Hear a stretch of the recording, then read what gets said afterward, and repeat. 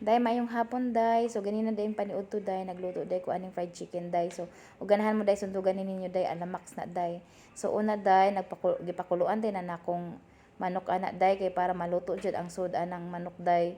So ako na nang gipan butang mga panakot day, sibuyas, bawang, tapos chicken cubes, asin og pamintang durog og pamintang buod day. So mao na magsilbi niyang pangpalasa day. O nya gi-open na to ang kalanday. So pakuluan ra na nato siya day no kanang pasagdaan ra na nato siya day makulo niya og feeling gali nimo maluto na day. So pwede na nimo haunon day.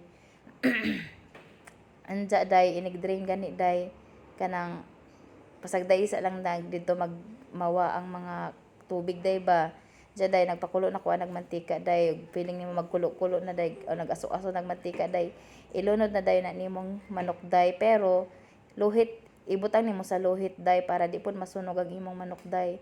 So mo antoy first kanang salang nako day kay kaduhaan na nato day para crispy jud ang resulta sa ato ang manok day. So mo na ikaduha day.